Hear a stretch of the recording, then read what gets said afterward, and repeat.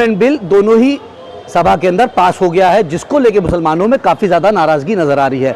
वक्फ amendment bill के अंदर कुछ ऐसे संशोधन मांग कर रहे थे जिसे सरकार ने जो लागू नहीं किया, जिसको लेके नाराज़गी और बढ़ती हुई नज़र आई। और ये साफ तौर पे कहना है कि ये संविधान के खिलाफ है, ये पूरा जो बिल बना है ये पूरा संविधान के खिलाफ है। और तमाम जगहों पे इसका एहतजाज जो है जुमा की नमाज के बाद देखने को नज़र आया। लोगों ने काली पट्टी बांधी और एहतजाज जो है वो दर्ज करते हुए नज़र आए। उनका साफ तौर पर यह कहना था कि शरीयत में जो दखल है, दखल अंदाजी बिल्कुल जो है वो बर्दाश्त नहीं की जाएगी। और लगातार सरकार जो है शरीयत के अंदर दखल अंदाजी करती हुई नज़र आ रही है, जिसको लेके काफ़ी ज़्यादा नाराज़गी नज़र आ रही है। हालांकि विपक्ष का साफ तौर पे ये भी कहना है कि जो केंद्र सरकार है वो सिर्फ मुसलमानों के हित की बात कर रही है और सिर्फ मुसलमानों के लिए बिल लेके आ रही है। हालांकि वक्फ अमेंडमेंट बिल जब लाया गया तो ये कहा गया कि पासमानदा मुसलमान जो है उनको तरक्की के लिए जो है ये बिल लाया जा रहा है। तो विपक्ष का साफ तौर पर यह आरोप है कि सिर्फ मुसलमानों के लिए पिछले 11 सालों से बिल आ रहा है, ना कि हिंदुओं के लिए। हिंदुओं के लिए भी कुछ ना कुछ ऐसा सरकार को करना चाहिए, जो बिल लाना चाहिए जिसके लिए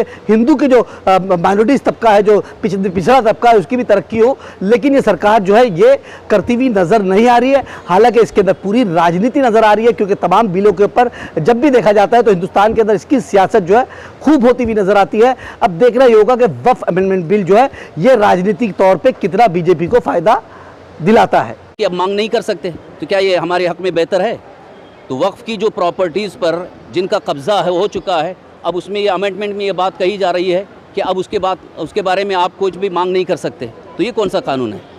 ये हमारे हक में कहाँ बेहतर है? आप बोल रहे हैं अच्छा है। बहुत से मुस्लिम संगठन ऐसी कि जो इस बिल के फेवर में है। वो उससे हमें कोई मतलब नहीं, वो उनका इस्लाम से मुसलमानों से कोई ताल्लुक़ नहीं। इस तरह के दलाल हर दर में रहते हैं। ऐसे दलालों से हमेशा पूरी कौम को, मिल्लत को नुकसान पहुँचा है। उनकी बात को आप उठा रहे हैं, लेकिन 90%, 99% जो इसमें दुख का इजहार कर रहे हैं उसके बारे में कोई बात नहीं कही जाती है। लेकिन सरकार का कहना है कि इसके बोर्ड के जरिए जो अवैध तरीके से ज़मीन कब्जे किए गए हैं उनको भी खाली कराने की जिम्मेदारी सरकार लेगी, और जो ज़रूरतमंद है, पसमानदा हों, गरीब हों, जो बेवाएँ औरतें हैं जिनको ये अमेंडमेंट में ये बात नहीं है। अमेंडमेंट आपने पढ़ा है? कहाँ पढ़ा है आपने बताइए? सरकार का तो यही कहना है, लेकिन अमेंडमेंट में क्या है? गृह मंत्री कह रहे हैं जो 10 अमेंडमेंट हुए हैं, वो जो बदलाव हुआ वो आप बताओ ना, उसमें कहाँ है? लेकिन मुझसे ये बताइए कि आप बोले सुप्रीम कोर्ट में आप चैलेंज करोगे, जब ये दोनों संसद सभा में जब पास हो जाएगा तो आपको लंबी लड़ाई लड़नी पड़ेगी। आपको नहीं लगता उससे लंबी लड़ाई? भाई आदमी अपनी प्रॉपर्टी के लिए 10-10 साल लड़ता है, और यहाँ हमारे मजहब का मामला है, हम जिंदगी के आखिरी सांस तक लड़ते रहेंगे।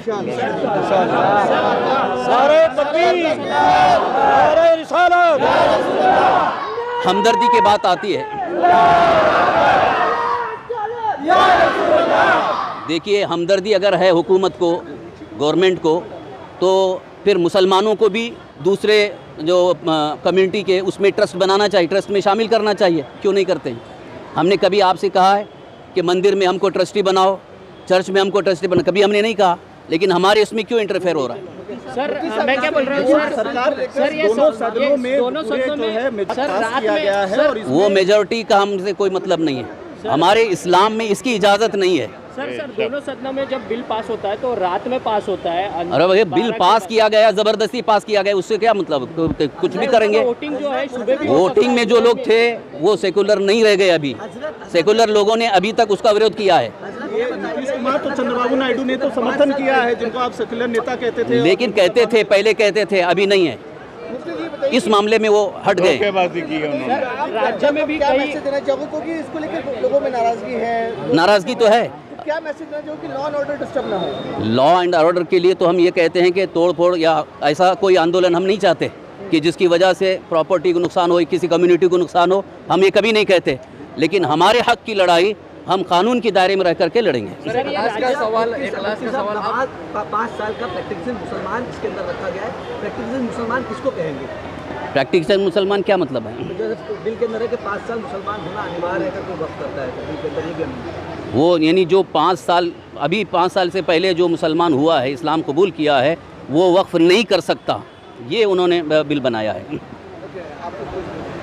लास्ट का सवाल ऐसा था, इसके बाद आप कैसे इसको चैलेंज करोगे, कैसे आप आगे इसको क्या? वो तो हमारे जो टीमें हैं, वो जो वकीलों की टीम है, वो उसके बारे में हम डिसाइड करेंगे। कांग्रेस की तरफ से सुप्रीम कोर्ट में जाने की तैयारी हो रही है, तो क्या आप लोग उनसे भी संपर्क करेंगे? उनको भाई किसी पार्टी से हमको कोई उतना भरोसा भी नहीं है। हम अपने हिसाब से करेंगे। सर राज्य के कई मंत्री इंडिया में कितने ऑर्गेनाइजेशन मुस्लिम ऑर्गेनाइजेशन आपके के साथ हैं जो इस बिल के खिलाफ है सुप्रीम कोर्ट में जाने की तैयारी कर रहे हैं? बहुत सारे हैं। सर राज्य के कई मंत्री जो हैं वो बार बार हिंदुत्ववादी चेहरा लेकर आगे बढ़ रहे हैं, उनको क्या आप सलाह दोगे क्योंकि वो मंत्री पद पर है? एक मंत्री देखो के दौर- हिंदुत्व वो अपनी जगह उनका अपना ये है, उस मज़हब में हम कोई छेड़छाड़ नहीं, लेकिन कानून ऐसा होना चाहिए जिसमें सबका फ़ायदा हो, हर कम्युनिटी का फ़ायदा हो।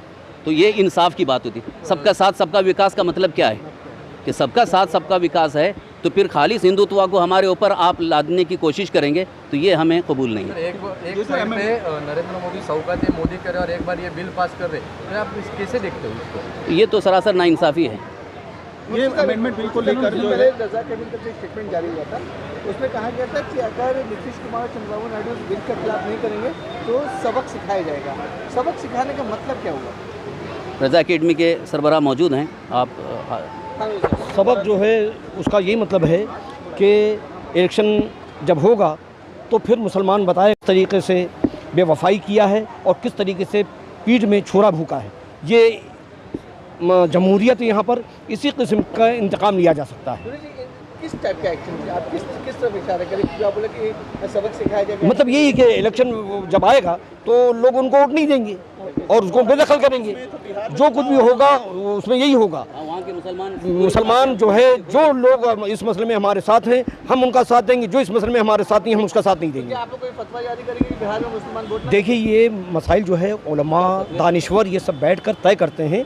इसमें फतवा देना और ये शरई मामलात जो हैं वो शरई मामलात में रहते हैं। सियासी मामलात को सियासी तौर पर हल किया जाता है। तो हज़रत मौलाना मुफ्ती ज़ुबैर साहब बरकाती, खतीब व इमाम सुन्नी बड़ी मस्जिद व सदर ऑल इंडिया सुन्नी जमीयतुल उलमा बम्बई ने ये फरमाया है कि हम सड़क से लेकर और ऐवान तक और ऐवान से लेकर सुप्रीम कोर्ट तक इस जंग को लड़ेंगे और इंशाअल्लाह अल्लाह ताला इसके अंदर हमको फतेह और नुसरत अता फरमाएगा। जिस तरीके से गवर्नमेंट को और कानून वापस लेना पड़ा है, किसान कानून किसानों के लिए हुआ और नहीं मालूम कितने हुआ, इंशाअल्लाह ताला ये कानूनी हुकूमत को वापस लेने पर हम मजबूर करेंगे। खुदा। मोदी जी 2014 में जब आए थे तो बोले थे सबका साथ सबका विकास, फिर उसमें एक वर्ड लगा दिए कि सबका साथ सबका विकास सबका विश्वास, जबकि मुसलमान का कोई विश्वास उन्होंने नहीं जीत सका है। आज जो वक्फ बोर्ड का बिल जो पास किया है तो उसको चाहिए था कि मुसलमानों के जो दानिश्वर लोग हैं, उलमा लोग हैं, उनके साथ मिलजुल करके बातें कर करके ये बिल को पास करना। हमारा यही कहना है ये बिल को रद्द किया जाए और मुसलमान के उलमा से मशवरा करके ये बिल को पास किया जाए।